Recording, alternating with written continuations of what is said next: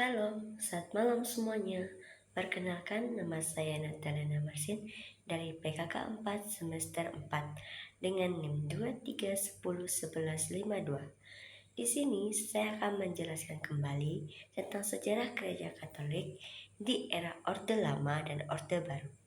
Gereja Katolik di Indonesia mengalami dinamika yang kompleks selama masa Orde Lama pada 1945 sampai 1966 dan Orde Baru pada 1966 sampai 1998. Kedua era ini memberikan tantangan dan peluang berbeda bagi perkembangan kehidupan iman relasi gereja dengan negara serta peran sosial politik umat Katolik. Gereja Katolik di era Orde Lama pada 1945 sampai 1000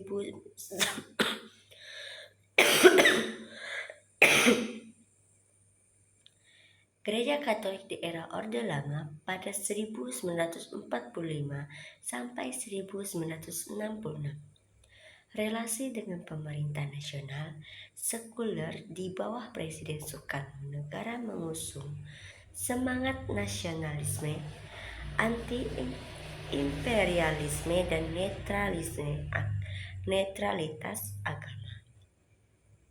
Gereja Katolik berusaha menyesuaikan diri dengan semangat kebangsaan, namun tetap berhati-hati agar tidak dicurigai sebagai agama asing. Peran Soegija Pratana dan 100% Katolik dan 100% Indonesia, Monsinyur Albertus Soejitratama sebagai uskup pribumi pertama menjadi tokoh kunci dalam menunjukkan komunitas umat Katolik pada Republik Indonesia.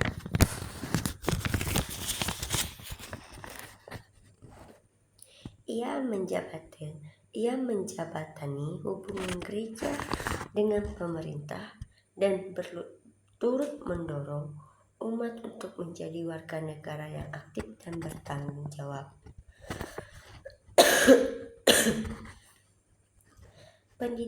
Pendidikan dan kaderisasi. Gereja fokus membangun lembaga pendidikan seperti sekolah Katolik, seminari, dan lembaga sosial. Awal pertumbuhan organisasi awam Katolik, pemuda Katolik, wanita Katolik, dan Partai Politik Katolik atau PKRI, Partai Katolik Republik Indonesia. Kemudian tantangan ideologi komunis. Masa ini diwarnai oleh pertentangan ideologi nasional Islam dan komunis PKI. Gereja Katolik secara tegas menolak komunitas gereja bertentangan dengan iman dan kebebasan beragama.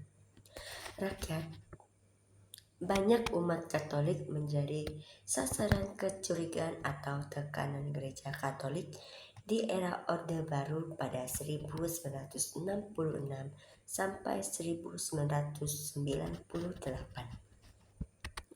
Kemudian stabilitas politik dan Soeharto Orde Baru menekankan stabilitas pembangunan ekonomi dan kontrol terhadap semua organisasi termasuk keagamaan gereja. Diharapkan tidak terlalu vokal dalam urusan politik dan lebih berperan di bidang sosial dan moral. Kemudian pembubaran Partai Katolik dan fungsi ke PDI pada 1973. Pemerintah memaksa penyederhanaan partai politik Katolik dilebur. Umat Katolik kehilangan kendaraan politiknya sendiri, tetapi mulai fokus membangun para awam non-partisan dan pelayanan sosial. Kemudian Konsili Vatikan II dan pembaruan gereja. Gereja Katolik di Indonesia mulai menerapkan hasil Konsili Vatikan II, misa dalam bahasa Indonesia dan daerah, seperti liturgi inkulturasi, peran aktif umat awam, dialog antar agama, dan era ini menandai inkulturasi gereja Katolik secara luas di seluruh Indonesia. Pemberdayaan sosial dan pendidikan. Gereja fokus pada pengembangan pendidikan, pelayanan kesehatan, muncul berbagai LSM Katolik koperasi dan program pengentasan kemiskinan. Kemudian kritikan sosial dan advokasi keadilan. Meskipun berada dalam kontrol ketat, beberapa tokoh gereja tetap bersuara kritis. Romo Mangunwijaya, advokat keadilan sosial dan pejuang rakyat kecil. Beberapa keuskupan dan LSM gereja aktif membela hak-hak masyarakat adat dan kaum miskin.